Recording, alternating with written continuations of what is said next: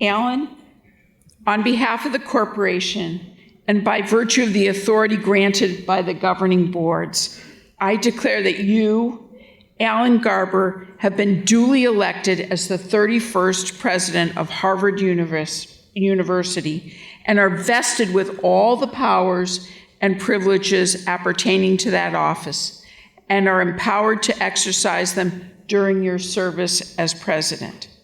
So it is now my pleasure. Congratulations.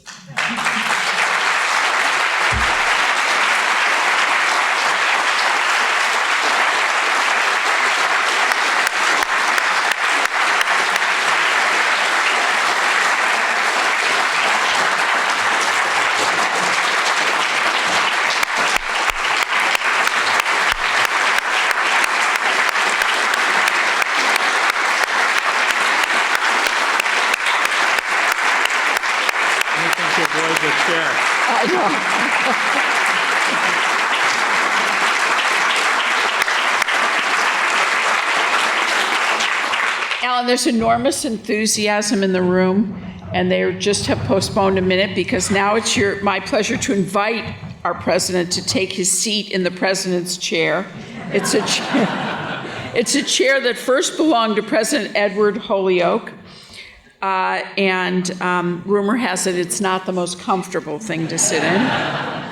But for more than 250 years, since 1769, every Harvard president has been seated in it, both for installations and while presiding at commencement.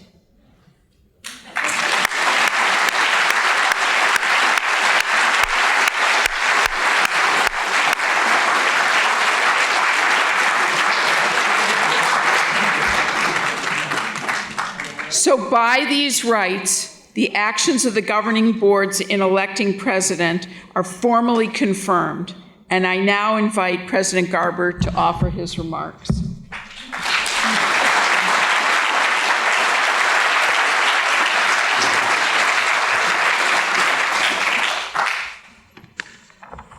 Thank you, and good evening, everyone. Nothing fortifies quite like a room full of colleagues and dear friends, including my partners in the work and my predecessors in the Holyoake chair. As to the chair, it's not really as uncomfortable as I expected it to be, but it was surprisingly warm when I sat on it during commencement. It seems to be growing hotter by the day. Seating aside, I am moved beyond measure by your presence here this evening. This is, in some ways, an inverted lecture. Each of you has taught me important lessons that have guided me to this point. What it means to be part of the higher education community and to be a part of this university. What it means to be an academic, an economist, a physician, a leader, a human being. What it means to meet the present, guided by purpose, and to imagine a future lit by possibility. But only 4 of you have taught me what it means to be a father, and only 1 of you has taught me what it means to be a husband. Dan, Ben, Allie, Andrew. I'll never forget what the head of school at Gideon Hausner said to your mother many years ago. He told her that we were blessed in our children. Your mother and I knew that it was true then, and I'm reminded of it every single day. And Anne, you have brought out the best in our family and the best in me. Neither would have been possible if you were not the best person I know. You and our children have made my life worth living. I can never express my gratitude adequately, so for now, let me simply say thank you.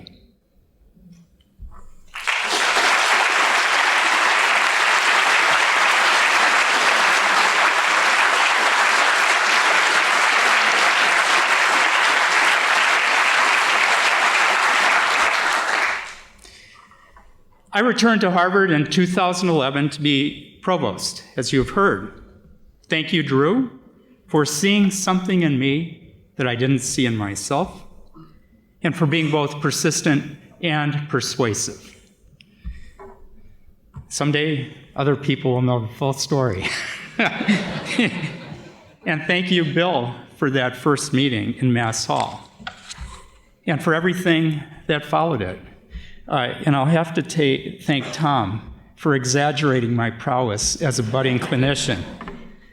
I'll admit that at the time, I had my doubts about the transition from professor to academic leader. Could service to my alma mater, with all of the mediation and meetings that such service demands, be as challenging, as varied, and as stimulating as my previous existence as a researcher and teacher? Now, more than 13 years later, I can say the answer is a resounding yes. Though there are still parts of me that miss the special place that I left for Harvard. Many years ago, when I told Henry Rosovsky about my plans to move from Boston to Stanford to begin my first faculty position, his reaction was classic Henry. He had been the long-serving dean of the Faculty of Arts and Sciences and embodied our university as much as anyone. Henry couldn't imagine returning to the Golden State, where he had studied years before, because it was, as he put it, too much like Shangri-La. For him, that was a bug, not a feature. Of the many ways I've heard people describe Harvard over the years, I don't recall anyone comparing it to that mythical bit of heaven. Though there is an important similarity. Our tenured faculty, like the inhabitants of Shangri-La, lead exceptionally long lives. And they very seldom leave. Perhaps Shangri-La and Harvard have another similarity: timelessness. At Harvard, as you have heard this evening, we are always conscious of our long history. That history, approaching 400 years, making us one of the oldest institutions of any kind in North America, and for the last century or so, one of the most influential in the world, shapes the way we think and act now, as well as the possibilities we imagine for the future. Our university is rich in beloved traditions and richer still in accomplishments. Morning prayers started in 1636, and commencement, a personal favorite, despite the chair, commenced in 1642. From those days to these, the people of Harvard have made contributions to humanity that defy accounting. Even reciting a partial litany of the worthies would take us through the weekend. But allow me to share some recent favorites. When the Radcliffe Institute celebrated its 25th anniversary in late September, I found myself moderating a lively and illuminating conversation between Claudia Golden and Oliver Hart, Nobel Prize-winning economics professors.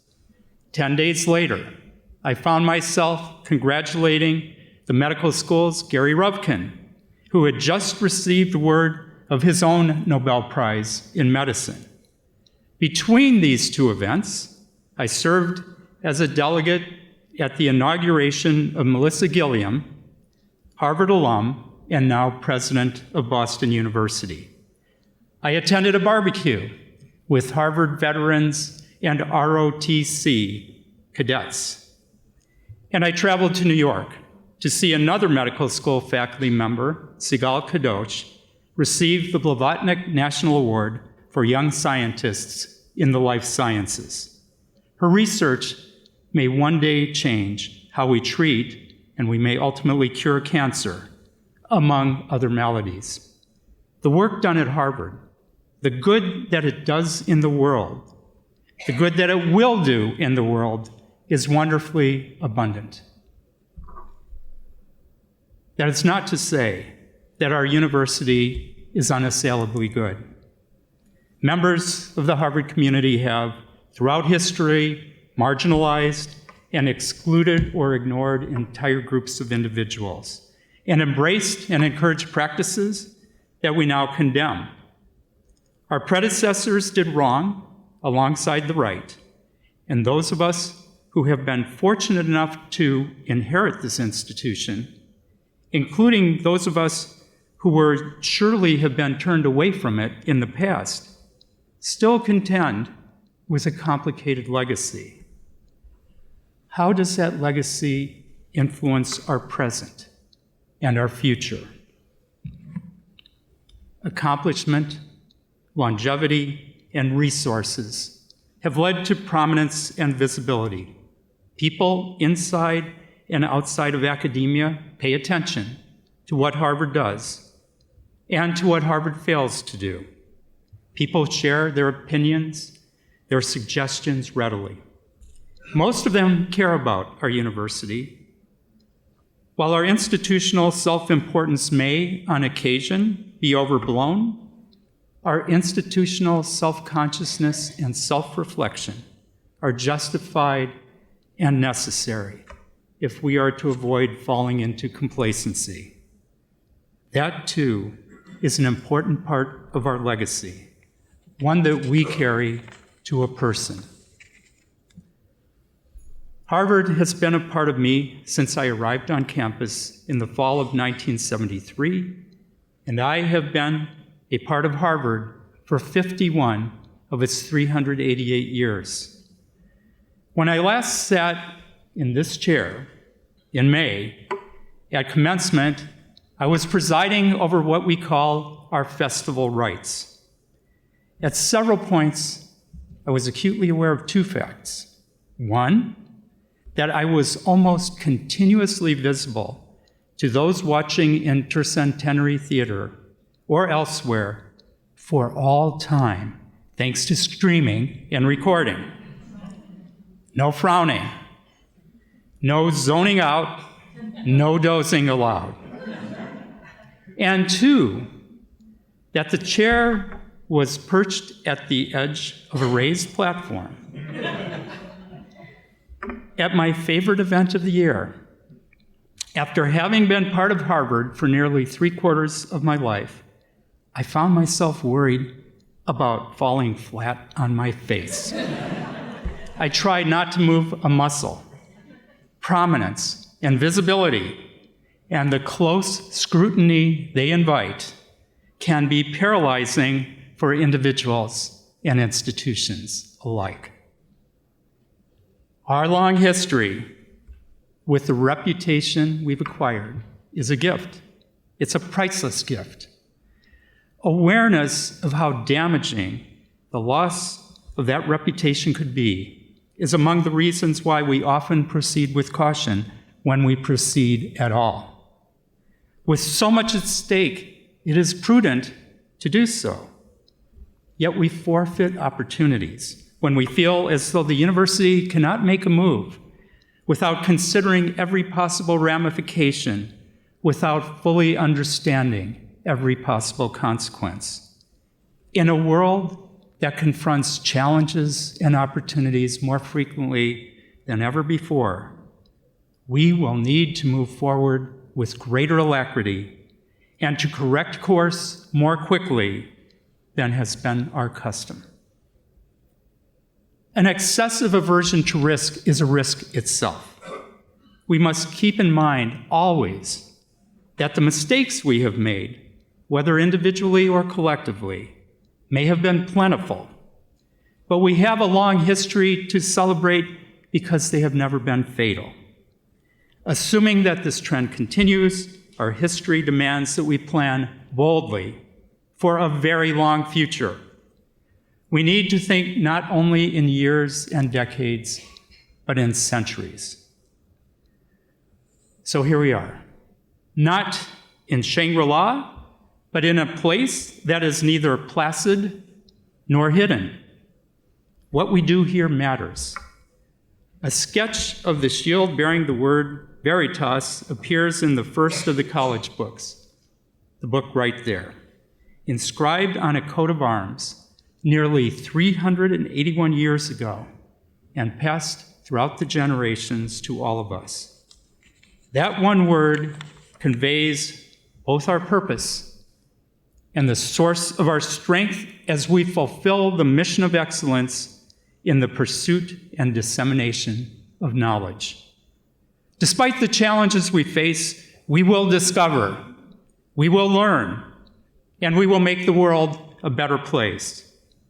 As president, I intend to work with you to ensure that we do so as faithfully, as energetically, and as successfully as possible, so that those who follow us can make this institution as vital to our nation and our world as it has ever been. With our efforts, may fair Harvard, ever guided by Veritas, grow fairer still. Thank you.